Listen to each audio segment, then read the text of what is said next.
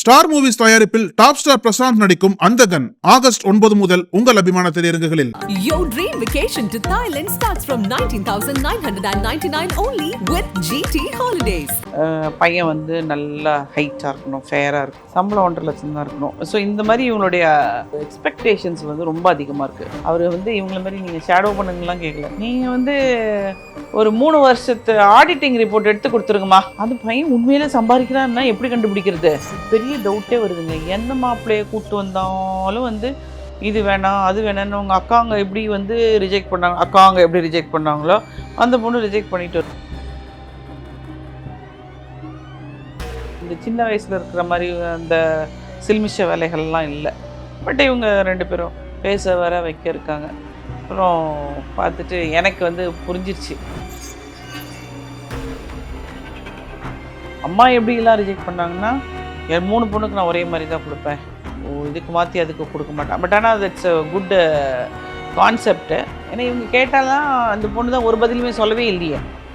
அது ஒரு அத்தாரிட்டேட்டிவாக இருக்க ஆரம்பிச்சிருச்சு. ஏன்னா வீட்டில் வந்து பார்த்திங்கன்னா என்ன செய்யணுங்கிறது அந்த பொண்ணு தான் டிசைட் பண்ணுது. நக்கீரன் நேயர்களுக்கு வணக்கம். நான் விஜய் ரசுதன். டிடெக்டிவ் மாலதி மேம் அவங்க ஹேண்டில் பண்ண பல கேசஸ் பற்றி ஒவ்வொரு எபிசோட்லையும் பேசிகிட்டு இருக்காங்க. இன்றைக்கும் அதே மாதிரி ஒரு கேஸ் பற்றி தான் பார்க்க. வணக்கம் மேடம். வணக்கம் தம்பி. இன்று யார் ஆஃப் லேட் வந்து பார்த்திங்கன்னா நிறைய பேர் வந்து பெண்களுமே வந்து 35-38 வயசு கல்யாணம் ஆகாத பெண்கள் மாப்பிள்ளை பார்த்துட்ருப்பாங்க. இது வந்து ரொம்ப சகஜமாகி போயிடுச்சு.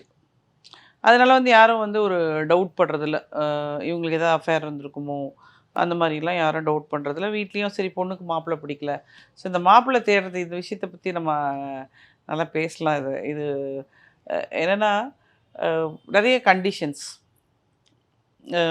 ஒன்று வந்து எனக்கு ஃபஸ்ட்டு தேடுவாங்க. They will start at the age of 23-24 மாப்பிள்ளை தேட ஆரம்பிப்பாங்க. ஃபஸ்ட்டு வந்து டாக்டராக தேடி சலிச்சு போய் டாக்டரே அமையலைன்னு சொல்லி ஒரு 4 வருஷம் கழித்து ரியலைஸை பண்ணுவாங்க. 23 ஸ்டார்ட் பண்ணியிருந்தாங்கன்னா 27 வயசாயிரும், 25 ஸ்டார்ட் பண்ணியிருந்தாங்கன்னா 29 வயசாயிரும். அப்போது இவங்க எங்கே எனர்ஜெட்டிக்காக தான் இருப்பாங்க. அப்புறம் என்ன பண்ணுவாங்க, சரிப்போ இது கிடைக்கல, சீச்சி இந்த பழம் பிடிக்குதுன்னு சொல்லிட்டு அடுத்ததான் இன்ஜினியரிங் வருவாங்க. இன்ஜினியரிங்கை பார்த்துக்கிட்டே இருப்பாங்க. இதில் நிறைய க்ரைட்டீரியாஸ் இருக்குது. ஒரு சிலர் வந்து பையன் வந்து நல்லா ஹைட்டாக இருக்கணும், ஃபேராக இருக்கணும், டாலாக இருக்கணும். எதுக்கு தம்பி சிரிச்சேன்? இல்லை, நான் இயல்பாக சிரிச்சிங்க. ஓகே. அதுக்கப்புறம் பார்த்திங்கன்னா முடியெல்லாம் நல்லா இருக்கணும், சம்பளம் 1.5 லட்சம் தான் இருக்கணும். ஸோ இந்த மாதிரி இவங்களுடைய இது வந்து எக்ஸ்பெக்டேஷன்ஸ் வந்து ரொம்ப அதிகமாக இருக்குது. சொந்த வீடு இருக்கணும். இதெல்லாம் வந்து நீங்கள் பார்த்தீங்கன்னா என்ன ஆகுதுன்னா, இப்போது என்னுடைய இதை நான் சொல்கிறேன். இப்போ எங்கள் அப்பாவெல்லாம் கல்யாணம் பண்ணும்போது அவங்களுக்கெல்லாம் வந்து சொந்த வீடு கிடையாது. அவங்கெல்லாம் கிராமத்துலேருந்து இடம்பெயர்ந்து வந்து சிட்டியில் வந்து வாழ்கிறாங்க, வாடகை வீட்டில் இருக்காங்க. நாங்கள் அவங்கள பார்த்து வாழ்கிறோம். அவங்க ஆக்சுவலாக வந்து எங்கள் ஜென்ரேஷனில் தான் ஏகப்பட்ட குழப்பமே நாங்கள் ஸ்டார்ட் பண்ணியிருக்கோம். ஸோ குழப்பத்தெல்லாம் நாங்கள் தான் தீர்த்து வைக்கணும். விதை போட்டிங்க, அது வளர்ந்து நிற்கிது, அறுக்க வேணாமா? ஆமாம், அது கரெக்ட் பண்ணி விடணும், சமப்படுத்தி. ஆமாம். ஆக்சுவலாக அப்போ அவங்கள பார்த்து நாங்கள் வளர்கிறோம். எங்கள் அம்மா அப்பாயை வந்து எவ்வளோ சிக்கனமாக அன்றைக்கெலாம் வந்து ஹோட்டலில் சாப்பிட்ணுன்னா அது ஒரு பெரிய விஷயம். இந்த தீபாவளிக்கு ஷாப்பிங் போகிறதுக்கு போவோம். லஸ் கார்னரில் நாங்கள் ஷாப்பிங் போனோம்னா அங்கே போய் ஷாப்பிங் முடிச்சுட்டு ஒரு ஹோட்டலில் போய் உட்காந்து டிஃபன் சாப்பிடுவோம். அது வந்து வருஷத்தில் 1 முறையோ 2 முறையோ தான் நடக்கும் இந்த ஹோட்டலில் சாப்பிட்றதுங்கிறது. அம்மா வந்து இந்த இந்தியன் கிச்சன் மாதிரி வீட்டில் சமைச்சிக்கிட்டே இருப்பாங்க, ஸ்நாக்ஸு அது இதுன்னு. அதை வந்து அவங்க ஹாப்பியாகவும் செய்வாங்க. அதில் வந்து எங்களுடைய பங்கும் இருக்கும். மாவாட்டுக்கல்ல ஆட்டுறது, இந்த வேலையெல்லாம் நம்ம செய்வோம். ஸோ அப்போது அவங்கள நாங்கள் எப்படி பார்த்து வளர்ந்துருக்கோம், கஷ்டப்பட்டு பார்த்து வளர்ந்துருக்கோம்.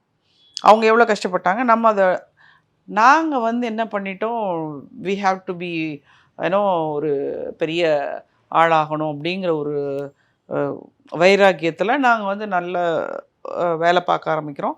ஆனால் எங்ககிட்ட வந்து அந்த சிக்கனம் இருக்கும். ஏன்னா நம்ம கஷ்டப்பட்டு வளர்ந்து வந்திருக்கோம். வருஷத்துக்கு 3 ட்ரெஸ் தான் கிடைக்கும். ஆனால் இன்றைக்கி 10 ட்ரெஸ்ஸு, எப்போ ஒரு மாதத்துக்கு. ஸோ அந்த மாதிரி நிலைமை இருக்குது. ஸோ நாங்கள் வந்து வளர்ந்த சூழலே வேறு. அப்போ நாங்கள் வந்து பணம் சம்பாரிச்சாலும் அதை சிக்கனமாக வச்சு ஒரு வீடை வாங்கிடுறோம். அப்போ என் பசங்களை நான் எப்படி வளர்த்துருக்கேன்? அவங்க பிறக்கும் போதே சொந்த வீட்டில் இருக்கிறாங்க. அவங்களுக்கு சூழல் வேற. ஆமாம், அவங்க சூழல் அவங்க பார்க்குறது என்னென்னா அவங்க சொந்த வீட்டில் இருக்காங்க. அப்பா அம்மா நல்ல சம்பாதிக்கிறாங்க. ஆனால் அதுக்கு பின்னாடி இருக்க ஹார்ட் ஒர்க் வந்து எல்லா ஃபேமிலிலையும் தெரியுதா என்னன்னு தெரியல. ஒரு சில ஃபேமிலிஸில் தான் தெரியுது. நம்ம ஃபேமிலியில் கொஞ்சம் தெரியுது. அது எங்கள் அளவுக்கு அவங்களுக்கு தெரியலன்னு தான் நான் சொல்ல முடியும். உண்மையாக சொல்லணும்னா என்னுடைய பிள்ளைகளுக்கு எங்களுடைய அளவுக்கு அது தெரியுது. அவங்க என்ன சொல்கிறாங்க, இருக்குது என்ஜாய் பண்ணுங்கம்மா, ஏமா இன்னும் சேவிங்ஸு அது இதுன்னு பண்ணுறீங்க அப்படின்னு. ஆனால் எங்களுக்கு அந்த மென்டாலிட்டியே வராது. இது அனாவசிய செலவு அப்படிங்கிற மாதிரி ஒரு ஃபீல் இருக்கும். பட் ஆனால் ஈட்டிங் அவுட் சைடு வந்து எங்ககிட்டையுமே நிறையா வந்துருச்சு இப்போ. ஸோ இந்த ஒரு இதில் வந்து பார்த்திங்கன்னா என்ன ஆகுது, இப்போ என்னுடைய பொண்ணு வந்து கல்யாணம் பண்ணும்போது அது என்ன நினைக்கும், நம்ம வீடு எப்படி இருக்கோ அப்படி வந்து அதுக்கு ஒரு வீடு இருக்கணும், அவங்க மாப்பிள்ளை வந்து நல்லா சம்பாதிக்கணும், அந்த எதிர்பார்ப்பு இருக்கு. அந்த எதிர்பார்ப்பு கண்டிப்பாக இருக்கிறது. அதுதான் வந்து இந்த வரன் பார்க்குறதோட இம்பேக்ட். இப்போ வந்து நீங்கள் ஒரு வரன் தேடுறதுக்கு நீங்கள் புரோக்கர்கிட்ட போய் சொன்னீங்கன்னா, அம்மா உங்கள் வீடு நான் வந்து பார்த்துட்டு வந்துடுறேன் அப்படிம்பாங்க. எதுக்குன்னா நம்ம எந்த மாதிரி சூழலில் இருக்கோம், நமக்கு எந்த மாதிரி வரனை கொண்டு வரலாம். இது வந்து மேட்ரிமோனியில் நடக்கவே நடக்காது. இவங்க வந்து பார்த்துருவாங்க. நம்ம வந்து வசதியான உண்மையாலே வசதியானவங்களான்றதெல்லாம் அவங்க கண்டுபிடிச்சிருவாங்க. நம்ம சாதாரணமாக இருந்தாலும் நம்மக்கிட்ட வசதி இருக்கா இல்லையாங்கிறதெல்லாம் அவங்களுக்கு தெரியும். ஸோ அது கண்டுபிடிச்சிட்டு அதுக்கப்புறம் தான் அவங்க இது பண்ணுவாங்க. அவங்க என்ன சொல்லுவாங்கன்னா, இந்த மாதிரி ஒரு பொண்ணு இருக்கிறாங்கங்க, அவங்க வந்து நீங்கள் கல்யாணம் பண்ணிட்டு தனியாக வைப்பீங்களான்னு மெதுவாக கேட்பாங்க. கல்யாணம் பண்ணி தனியாக வைப்பீங்களா அப்படின்னா ஆமாங்க அப்படின்னு சொன்னீங்கன்னா அடுத்த கேள்வி கேட்பாங்க, சொந்த வீடு இருக்கா? ஆமாங்க இதுதாங்க சொந்த வீடு. இல்லைங்க, பொண்ணும் பையனும் இருக்கிறதுக்கு சொந்த வீடு. அப்படி. ஸோ என்ன ஆகுதுன்னா எக்ஸ்பெக்டேஷன்ஸ் அதிகமாகிக்கிட்டு தான் போகுது. நம்ம இருக்கிற சொந்த வீட்டில் அவங்க இருக்க மாட்டாங்க. இல்லைன்னா வந்து பிரச்சனைகள் அதிகமாகும், மாமியார் மருமகள் பிரச்சனை அதிகமாகும். இப்போ நானே வந்து வெளியே போகக்கூடிய ஒரு நபர். இப்போ நம்ம வீட்டிலே ஒரு பொண்ணு வருதுன்னு வச்சுக்கோங்க, அது வந்து இவங்க பாட்டுக்கு வெளியே போவாங்க, நம்ம வந்து வீட்டில் வந்து பார்த்துக்க முடியுமா அப்படிங்கிற ஒரு ஆட்டிடியூடு இருக்கும். இல்லைன்னா வந்து ஏன் இவங்க வேலை செய்ய மாட்டேங்கிறாங்க அப்படிங்கிற மாதிரி ஆட்டிடியூட்லாம் வரும். அந்த மாதிரி ஒரு இதில் இருக்கும்போது அதான் ஒரு லெவலுக்கு மீறி போகும்போது ஒரு ஃபாதர் வந்து என்கிட்ட கேட்டிருக்காரு. அவர் வந்து இவங்கள மாதிரி நீங்கள் ஷேடோ பண்ணுங்கலாம் கேட்கல, கேஸில் நீங்கள் வந்து ஒரு 3 வருஷத்து ஆடிட்டிங் ரிப்போர்ட் எடுத்து கொடுத்துருங்கம்மா. சார் ஆடிட்டிங் ரிப்போர்ட் வச்சு என்ன சார் அந்த பையன் உண்மையிலே சம்பாதிக்கிறாருன்னா எப்படி கண்டுபிடிக்கிறது? நீங்கள் வாயில் சொன்னீங்களா ஒத்துக்க முடியாது. ஆடிட்டிங் ரிப்போர்ட்டு தான் எங்களுக்கு வேணும். ஸோ இந்த அளவுக்கு போயிடுச்சு. அப்போ இந்த பொண்ணுங்க இப்படி ஒரு க்ரைட்டீரியாவாக, நான் சும்மா ஒரு 4 தான் சொல்லியிருக்கேன்னு நினைக்கிறேன். அப்புறம் பையனுக்கு வந்து மருவு இருக்கக்கூடாது, பையன் வந்து வந்து பைக் ஓட்ட தெரியணும், கார் ஓட்ட தெரியணும், பைக் வச்சுருக்கணும், கார் வச்சுருக்கணும், இந்த மாதிரி நிறைய க்ரைட்டீரியாஸ் இருக்குது. இப்படிலாம் பார்த்தா எப்போ மாப்பிள்ளை சிக்கும்? அதனால தான் 38 வயசு ஆயிடுச்சுங்கிறீங்களா? இப்போ அதில் என்ன சிக்கல் இருக்குது இந்த கேஸில்? இந்த கேஸில் வந்துட்டீங்க கரெக்டாக. நான் இவ்வளோ தூரம் பீடிகை போட்டதுக்கப்புறம் வந்துட்டீங்க கேஸில். ஸோ இதில் என்னடான்னா, அந்த குடும்பத்தில் மொத்தம் வந்து 3 பொண்ணு 1 பையன். அம்மா தான் வராங்க வந்து, இது மாதிரிங்க எங்கள் வீட்டுக்காரர் இறந்துட்டாருங்க, எப்படியோ அவர் இருக்கும்போது 2 பொண்ணுக்கு கல்யாணம் பண்ணிட்டேன், இந்த பொண்ணுக்கு வந்து கேட்குற வரலாம் பார்க்குற வரனெல்லாம் வந்து வேணாங்குது அப்படின்னாங்க. சரி என்னம்மா ஆகுது பொண்ணுக்கு வயசுன்னா, 35 வயசு ஆகுதுங்க அப்படின்னு. மிச்சம் 2 பொண்ணு என்ன வயசில் கல்யாணம் பண்ணீங்க? பெரிய பொண்ணுக்குங்க 34 வயசில் கல்யாணம் பண்ணாங்க. 2வது பொண்ணுக்கு மட்டுங்க பார்த்தோன்னே முதல் மாப்பிள்ளையே அமைஞ்சிருச்சிங்க, அதுக்கு 32 வயசில் கல்யாணம் பண்ணாங்க. இதுக்கு ட்ரை பண்ணிகிட்டு இருக்காங்க, இந்த பொண்ணுக்கு ட்ரை பண்ணிட்டு இந்த பையனுக்கு ட்ரை பண்ணிக்கிட்டு இருக்கிறேன். என்ன பிரச்சனை இப்போ உங்களுக்கு இதில்? எனக்கு இப்போ பெரிய டவுட்டே வருதுங்க. எந்த மாப்பிள்ளையை கூப்பிட்டு வந்தாலும் வந்து இது வேணாம் அது வேணான்னு உங்கள் அக்காங்க எப்படி வந்து ரிஜெக்ட் பண்ணாங்க, அக்காங்க எப்படி ரிஜெக்ட் பண்ணாங்களோ அந்த பொண்ணு ரிஜெக்ட் பண்ணிட்டு வருது. அது நீங்கள் பார்த்தீங்கன்னா கேர்ள்ஸ் பொறுத்த வரைக்கும் 26 இயர்ஸ் வரைக்கும் தான் நம்ம சொல்கிறத கொஞ்சம் கேட்பாங்க. 26 இயர்ஸ்க்கு அப்புறம் இன் நேச்சரே அவங்க வந்து பை நேச்சர் வந்து அவங்களுடைய இது இயல்புகள் மாற ஆரம்பிக்கும். ஒரு அத்தாரிட்டேட்டிவாக பேசுகிறது, டெசிஷன் மேக்கிங் எடுக்கிறது இருக்கும். ஒரு 26க்குள்ளே பேரண்ட்ஸ் சொல்கிறது கொஞ்சம் கன்வின்ஸ் பண்ண முடியும்.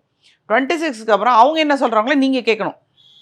இது வந்து பொண்ணோட க்ரைட்டீரியா. இந்த பக்கம் அம்மாவோட க்ரைட்டீரியா விடுங்க. அது சொந்த வீடு இருக்குது, வேலை இருக்குது, அதில் நிலபலம் இருக்கா, அந்த கிரைட்டீரியாக்குள்ள வேலை இல்லைன்னா அப்புறம் பிள்ளைக்கு வேண்டாமா? அம்மா வந்து ஜாதகத்தை அவங்களே பார்க்குறாங்க. அந்த அளவுக்கு 2 பொண்ணுக்கு ஜாதகம் பார்த்து அவங்க தேர்ந்து போயிட்டாங்க. என்னதான் பிரச்சனை இந்த பொண்ணுக்கு? இந்த பொண்ணுக்கு என்ன பிரச்சனை அப்படின்னு தெரிஞ்சுக்கிறதுக்கு தான் என்கிட்ட வர்றாங்க. எதை சொன்னாலும் ஏதாவது ஒன்று சொல்லுதுங்க. அவங்களால ஏதாவது இதை பற்றி கண்டுபிடிச்சு சொல்லணும்னா, இப்போ வீட்டில் தான் உட்காந்துருக்குது, இப்போ வேலைக்கும் போகலை, வீட்டில் தான் உட்காந்துருக்குது. ஏதாவது அதான் அவங்களுக்கு என்னென்னா, வேறு யாராவது மனசில் வச்சுக்கிட்டு இதெல்லாம் ரிஜெக்ட் பண்ணுதோ அப்படிங்கிற ஒரு ஆட்டிடியூட் அவங்களுக்கு. அவங்க வந்து அந்த மாதிரி இருக்குமா அப்படின்னு கொஞ்சம் பார்த்து சொல்லுங்கள் அப்படின்றாங்க. அப்புறம் பொண்ணு வெளியெல்லாம் போக வர இருக்குங்களா, நீங்கள் வீட்டிலே வச்சுருந்தீங்கன்னா எங்களால் பார்க்க முடியாது அப்படின்னு. இல்லை வெளியெல்லாம் போயிட்டு வருங்க, திடீர்னு கிளம்பும் போகும் வரும் அப்படின்னாங்க. சரிங்க அப்படின்னு சொல்லிட்டு ஆனால் எனக்கு அப்போயே ஒரு பொறி தட்டுச்சு. சரி ஓகே விடுவோம் நம்ம பார்ப்போம்னு சொல்லிட்டு பார்த்தா, இந்த பொண்ணு வெளியே போகிறப்பெல்லாம் ஒரு பையனை மீட் பண்ணுது. மீட் பண்ணிட்டு வருது. இது நம்ம பார்த்துட்டோம். 2 பேரும் வந்து ஒரு இது வந்து முதிர்ந்த காதல் இல்லையா, அது இந்த சின்ன வயசில் இருக்கிற மாதிரி அந்த சில்மிஷ வேலைகள்லாம் இல்லை. பட் இவங்க 2 பேரும் பேச வர வைக்க இருக்காங்க. அப்புறம் பார்த்துட்டு எனக்கு வந்து புரிஞ்சிருச்சு. அதாவது என்னடான்னா, அந்த பையனுடைய கம்யூனிட்டி வேறு, இவங்க வந்து கம்யூனிட்டியை ரொம்ப மெயினாக பார்க்குறாங்க. யார்? பொண்ணுடைய அம்மா. நான் தான் சொன்னேன் க்ரைட்டீரியாஸ். ஸோ க்ரைட்டீரியாஸ் இன்க்ரீஸ் ஆக வயசாகிக்கிட்டே போகுதுங்கிறது முதல்ல உணர்ந்துடணும். கூப்பிட்டேன், வாங்கம்மா பிரச்சனைலாம் கண்டுபிடிச்சாச்சு, உங்கள் பொண்ணுக்கு கல்யாணம் பண்ணிடலாமாண்ணா. மாப்பிள்ளை பார்த்துட்டிங்களா அப்படின்னுச்சு. கிட்டத்தட்ட பார்த்துட்ட மாதிரி தான் வச்சுக்கோங்க, நான் பார்க்கல ஆனால் பார்த்துட்ட மாதிரி தான் வச்சுக்கோங்க அப்படின்னு. என்னம்மா சொல்கிறீங்க அப்படின்னாங்க. இல்லை நீங்கள் சொல்லுங்கள், உங்கள் பொண்ணு ஒரு வேளை ஒருத்தர் யாராவது லவ் பண்ணிருச்சுன்னா கல்யாணம் பண்ணி வச்சிடலாமா? ஆட ஏங்க எங்கள் ஜாதியில் அதெல்லாம் ஒத்துக்க மாட்டோங்க நாங்கள் அப்படின்னாங்க. அப்படியே பார்த்தேன், சரி வேறு வழி கிடையாது, கன்வின்ஸ் பண்ணி தான். ஏங்க உங்கள் பொண்ணுக்கு இப்போ 35 வயசு ஆகி போயிடுச்சு, அதான் 36 வரப்போகுது. அதுக்கும் கீழே ஒரு பையனை வச்சுருக்குறீங்க, பையனுக்கு சொட்டை உழுகுது. உங்கள் பொண்ணு போடுற க்ரைட்டீரியாலாம் மாப்பிள்ளைக்கு சொட்டை இருக்கக்கூடாதுங்குது, அது 35 வயசு, அதுவே வந்து சொட்டை இருக்கக்கூடாதுங்குது. உங்கள் பையனுக்கு இப்போயே சொட்டை உழுகுது. நீங்கள் எப்படி வந்து நீங்கள் இதை சால்வ் பண்ண போகிறீங்க? பொண்ணு வந்து பையனை பார்த்துருக்கு, அந்த பையனும் நல்ல பையனாக தான் இருக்கான். உட்கார வச்சு பேசுங்க, பேசிட்டு அந்த பையனோட வந்து கல்யாணம் பண்ணி வைங்க அப்படின்னு நான் சொன்னேன். அவங்க அதுக்கெல்லாம் இதுவே இல்லை. அவங்க நிறைய விதத்தில் ரிஜெக்ட் பண்ணியிருக்கிறாங்க. அம்மா எப்படிலாம் ரிஜெக்ட் பண்ணாங்கன்னா, 3 பொண்ணுக்கு நான் ஒரே மாதிரி தான் கொடுப்பேன், இதுக்கு மாற்றி அதுக்கு கொடுக்க மாட்டேன். பட் ஆனால் that's a good concept. But ஒரு சில இடங்களில் வந்து அது உதைக்குது. இப்போ ஏஜ் போயிடுச்சுல்ல, அதனால் வந்து கொஞ்சம் பயங்கரமாக உட்காந்து அந்த அம்மாவை தான் கன்வின்ஸ் பண்ண. அவங்க அப்பா இல்லை, இங்கே பாருங்கள் உங்களுக்கு வயசாகுது, இந்த பொண்ணை கல்யாணம் பண்ணி அடுத்து இன்னொரு பையனுக்கு வேறு நீங்கள் கல்யாணம் பண்ணணும், நான் வந்து உங்கள் பொண்ணுக்கிட்ட கூப்பிட்டு பேசுகிறேன். ஏன்னா இவங்க கேட்டாலாம் அந்த பொண்ணு தான் ஒரு பதிலுமே சொல்லவே இல்லையே. ஸோ அது ஒரு அத்தாரிட்டேட்டிவாக இருக்க ஆரம்பிச்சிருச்சு. ஏன்னா வீட்டில் வந்து பார்த்திங்கன்னா என்ன செய்யணுங்கிறது அந்த பொண்ணு தான் டிசைட் பண்ணுது. மூத்த பொண்ணும் டிசைட் பண்ண முடியாது, பையனும் டிசைட் பண்ண முடியாது, அம்மாவும் டிசைட் பண்ண முடியாது. ஸோ டெசிஷன் மேக்கிங் இந்த அம்மா கையில் போயிடுச்சு. அதுக்கப்புறம் நான் சொன்னேன், நான் வந்து உங்கள் வீட்டில் வந்து பேசுகிறேன், பேசி உங்கள் பொண்ணுக்கிட்ட பேசி நீ உங்கள் அம்மாட்ட கன்வின்ஸ் பண்ணுறமான்னு சொல்கிறேன். நீங்கள் முதல்ல கன்வின்ஸ் ஆகுங்க, ஒரு டைம் எடுத்துக்கோங்க, கன்வின்ஸ் ஆகிட்டு உங்கள் பொண்ணுக்கு கல்யாணத்தை பண்ணி வைங்கன்னு சொல்லி ஒரு வழியாக ஒரு கல்யாணத்தை முடித்தோம். ஸோ இது எதுக்கு நான் சொல்ல வரேன்னா, too many criterias, age increases. Criteria increase ஆக ஏஜும் இன்க்ரீஸ் ஆகிடும். டிமாண்ட் அதிகமாக இருந்துச்சுன்னா ப்ராடக்டோட வேல்யூ குறைஞ்சிரும். சோகமாக சொல்கிறேன், உனக்கு வந்து மேடம் இல்லை மேடம், நன்றி மேடம், நன்றி நன்றி நன்றி. 6 முதலமைச்சர்களுடனான அனுபவம் பகிர்கிறார் டைரக்டர் ரைட்டர் VC குகநாதன். உங்கள் நக்கீரன் இதழில் சினிமா கொட்டகை புதிய தொடர் வாங்கி படியுங்கள். நக்கீரன் டிவிக்கு சப்ஸ்கிரைப் செய்யுங்கள். உங்கள் ஆதரவே எங்கள் பலம். ஆசிரியர்களுக்கு நண்பனாகவும் மாணவர்களுக்கு ஆசானாகவும் திகழும் தேர்வு வழிகாட்டி. ஒவ்வொரு பாடத்திற்கும் அனுபவமிக்க ஆசிரியர்களின் துல்லியமான தெளிவான விடைகள்.